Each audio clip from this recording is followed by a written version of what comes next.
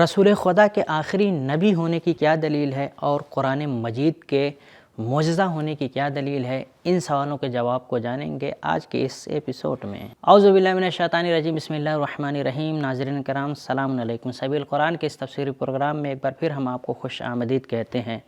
ہم پروردگار عالم کے نہایتی شکر گزار ہیں کہ پروردگار عالم نے ہمیں یہ توفیق عطا فرمائے کہ ہم ایک اور نئی سورہ کی تفسیر کو لے کر آپ کے سامنے حاضر ہوئے کہ جس کا نام سورہ شعراء ہے۔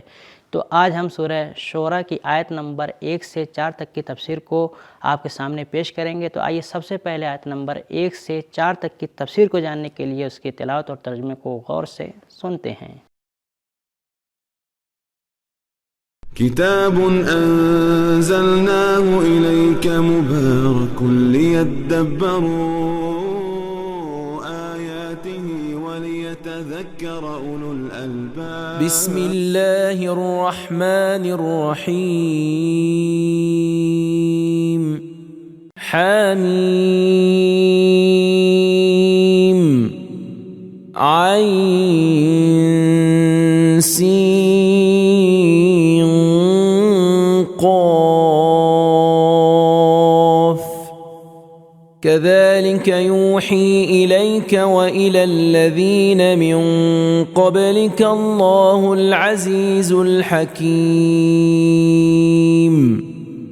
له ما في السماوات وما في الأرض وهو العلي العظيم حامیم عین سین قاف۔ اے رسول، غالب و دانا خدا تمہاری طرف اور جو پیغمبر تم سے پہلے گزرے ان کی طرف یوں ہی وہی بھیجتا رہتا ہے۔ جو کچھ آسمانوں میں ہے اور جو کچھ زمین میں ہے، غرض سب کچھ اسی کا ہے، اور وہ تو بڑا عالی شان اور بزرگ ہے۔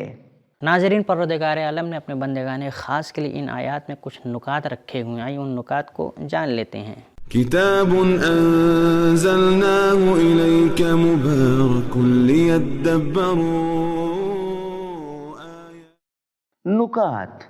قرآن مجید میں پیغمبر اسلام صلی اللہ علیہ وآلہ وسلم کو خطاب کرتے ہوئے لفظ قبل کا بہت بار استعمال ہوا ہے، جس کا مطلب ہے کہ تم سے پہلے بہت سے نبی آئے ہیں، لیکن ایک بار بھی بعد کا استعمال نہیں ہوا ہے، جو کہ پیغمبر اسلام صلی اللہ علیہ وآلہ وسلم کے آخری نبی ہونے کی علامت ہے۔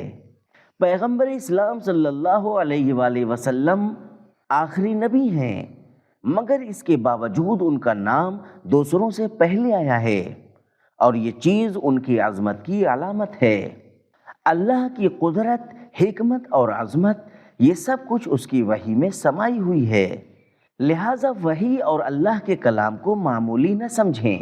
انبیاء کرام اللہ کی عزت، قدرت اور عظمت کے سرچشمے سے متصل ہیں، لہذا جو بھی ان سے الجھے گا وہ نابود ہو جائے گا۔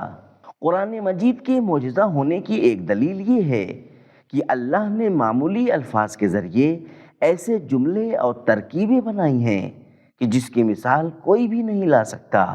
ناظرین، ہم نے بہترین نکات کو جان لیا ہے، اب ان آیات کے بہترین پیغام کو بھی سن لیتے ہیں۔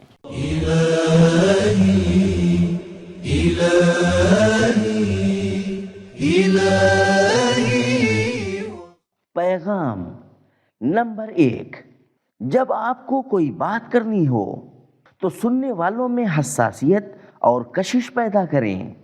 نمبر 2، انبیاء پر جو وحی ہوتی ہے اس کا طریقہ اور اس کے مضامین ایک دوسرے سے ملتے جلتے ہیں۔ نمبر 3، وحی بھیجنا اللہ کی ایک سنت ہے۔ نمبر 4، تمام انبیاء ایک ہی سرچشمے سے متصل ہیں اور ایک ہی جگہ سے وحی دریافت کرتے ہیں۔ نمبر 5، وحی کا سرچشمہ عزت ہے، لہٰذا اگر اس سے الجھو گے تو نابود ہو جاؤ گے۔ نمبر 6، وحی عزیز اور حکیم خدا کی جانب سے نازل ہونے والی چیز ہے، اور اس کی اطاعت سے تمہیں بھی عزت اور غلبہ ملے گا۔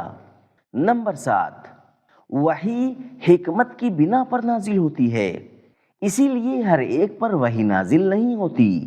نمبر 8، وحی کا سرچشمہ حکمت ہے، اسی لیے اس کے مضامین اٹل ہیں اور ان میں کسی قسم کے شک کی گنجائش نہیں ہے۔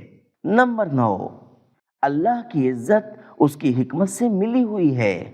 نمبر 10، شریعتی نظام، وحی اور ہدایت اسی کا حق ہے جس کے اختیار میں تکوینی نظام آسمان اور زمین ہے۔ نمبر 11، وحی ہمارے کمال کے لیے ہوتی ہے، ورنہ اللہ تو مکمل بے نیاز ہے۔ نمبر 12، حقیقی مالک صرف خدا ہے، دوسرے لوگ تو بس مالک ہونے کا گمان کرتے ہیں۔ نمبر 13، دنیا پر اللہ کی مکمل ملکیت اس کی عزت اور حکمت کی بنیاد ہے۔